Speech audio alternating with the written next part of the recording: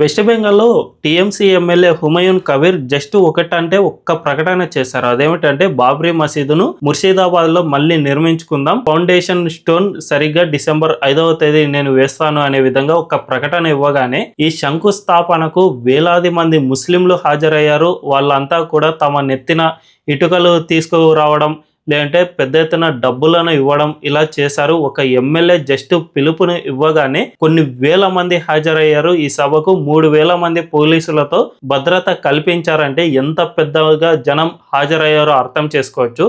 బాబ్రీ మసీద్ అనేది మన దేశంలో అనేక ఉగ్రవాద ఘటనలకు కారణమైంది.